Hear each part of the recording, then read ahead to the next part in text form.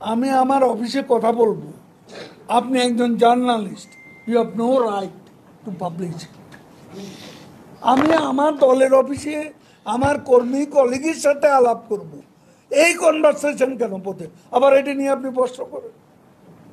Don't do it please. Walton fridge কিনে অনেকের মতো আপনিও হয়ে যেতে পারেন মিলেনিয়াল, সেরা পণ্যের সেরা অফার। আমি আশঙ্কাটা তো তাদের ব্যাপারে থাকে, কারণ আপনার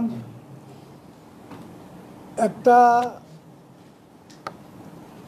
গণ আন্দোলন, গণ অভ্যুত্থান করতে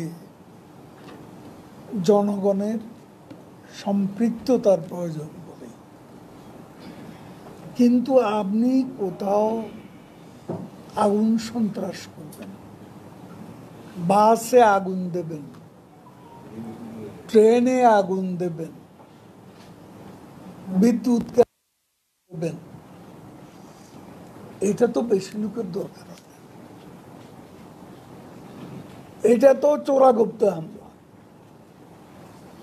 তো এখন এই চোরাগুপ্ত হামলা এর বিরুদ্ধে আমাদেরও জনগণের স্বার্থে আমাদেরও কর্মসূচি থাকা প্রয়োজন মনে করি, এবং সেই কর্মসূচি আমরা শান্তিপূর্ণভাবেই করে থাকি।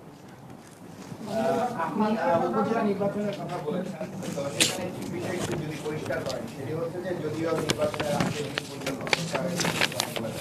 তো যদি কেউ না করে সেক্ষেত্রে এই ডিসিপ্লিনারি যে অ্যাকশনের কথা বলেছেন সেটি আসলে কার বিরুদ্ধে যাবে, প্রার্থী নাকি ওই সব মন্ত্রী এমপি যারা আপনাদের নির্দেশনা শুনেছেন?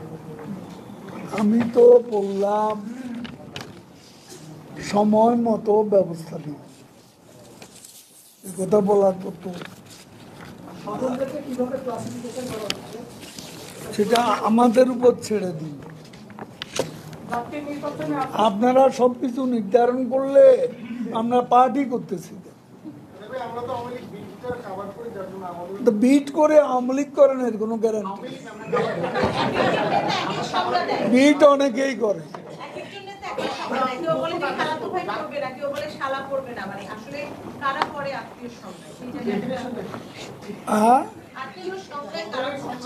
আপনারা এক একটা সংজ্ঞা তো লিখে বলছেন না, আমি আর বলবো না। আমাদেরটা আমাদের কাছে থাকে, আমাদেরটা আমাদের কাছে আছে, আমাদের কাছে।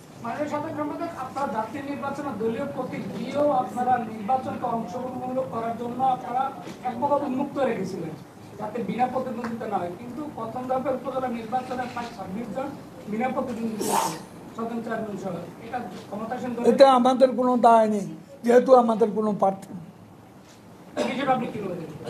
এক কথায় বলে দিলে আপনারা উপজেলা নির্বাচনে মানে দ্বন্দ্ব সংঘাত এড়াতে হয়তো স্বজনদেরকে সরে যেতে বলেছেন, কিন্তু আমরা দেখছি যে কেন্দ্রীয় নেতারা এখন অভ্যন্তরীণ দ্বন্দ্বে জড়িয়ে পড়ছেন। গতকালও আমরা দেখেছি যে আপনার সঙ্গে একজন সভাপতি মণ্ডলীর সদস্যের বাকবিতণ্ডা হয়েছে। আমি একটা কথা বলি, আমি আমার অফিসে কথা বলবো, আপনি একজন journalist, you have no right to publish.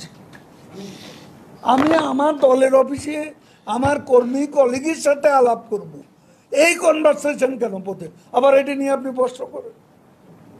Don't do it please.